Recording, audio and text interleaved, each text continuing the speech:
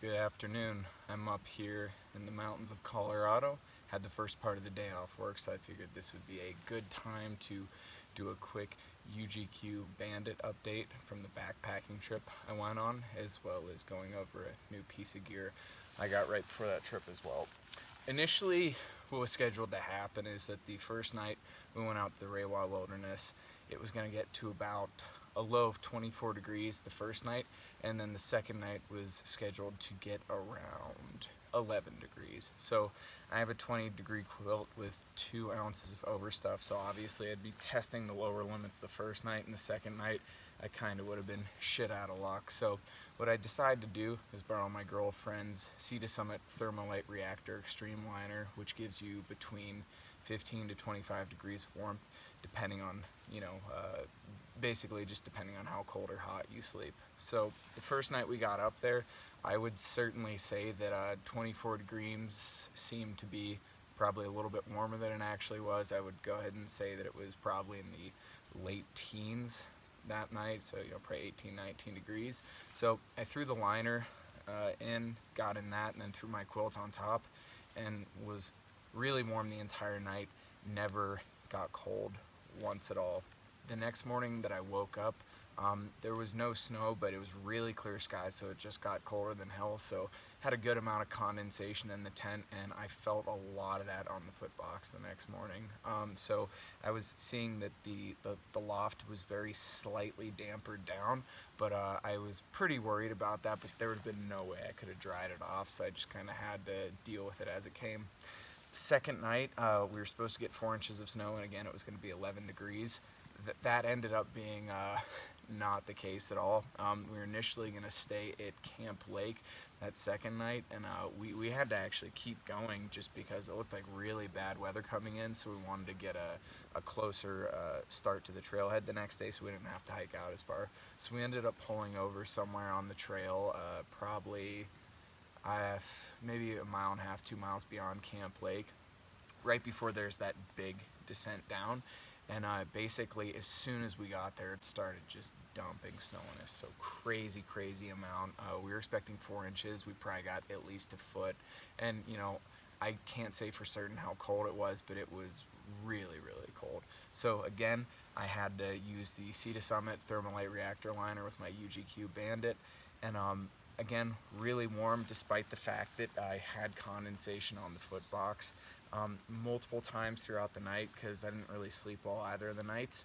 That second night though, because it was snowing so much, I had to punch snow off of my tent because it was like collapsing everything down in. So I, guyed out my lines and everything, and still it was so much pressure on the tent that I was just getting wicked condensation. So next morning I woke up, the quilt was honestly like pretty much soaked at that point. Everything was frozen, everything was wet that wasn't frozen, but somehow I still stayed warm the entire time, so I was really pleasantly surprised about that.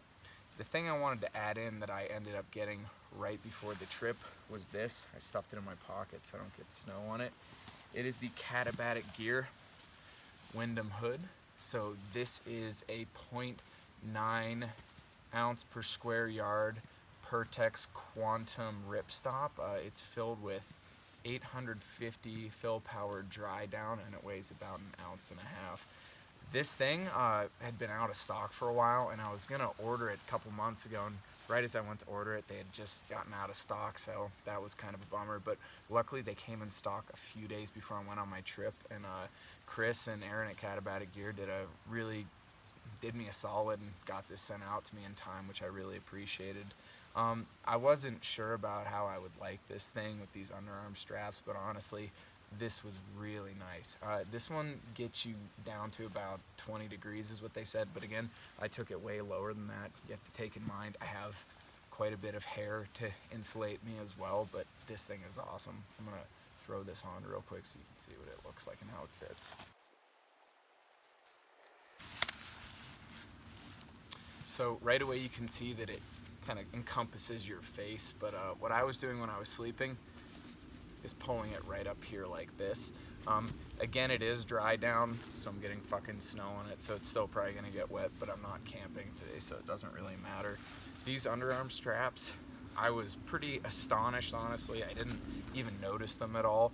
I wear pretty, basic base layers, just a smart wool long sleeve t-shirt and smart wool long johns, but this thing kept my head very warm. Again, I was never cold the entire trip, and those were straight up winter conditions that we went in.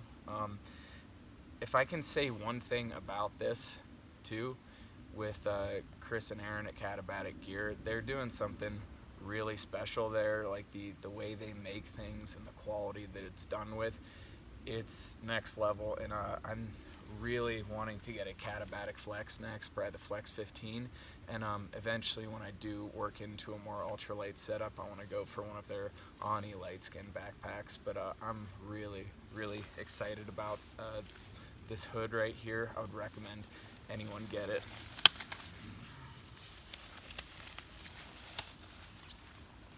One thing more that I'll say too, because this happens with me in general with hats and everything, is hats just seem to not want to stay on my head ever. They always fucking slip off, and it's really annoying. So those Underarm Straps are really nice to have because it just keeps it on your head, keeps everything nice and warm, and it just fits perfect inside, the neck part inside the quilt, so it mates really well. But UGQ, again, such a solid quilt, man. I'm so stoked I have that. Again, I'm kind of wanting to put myself more in the direction of Katabatic Gear with their Flex. I just think that they're doing a lot of stuff that a lot of other companies aren't, with the draft collar at the foot box and the draft collar up high. The Pertex Quantum fabrics are just exceptionally nice, and I just generally like them as a company too. They seem like great people. So that was an update on everything. If anyone has any questions, ask in the comments below. And if you guys want to see any other reviews of the gear I'm working with, just let me know too.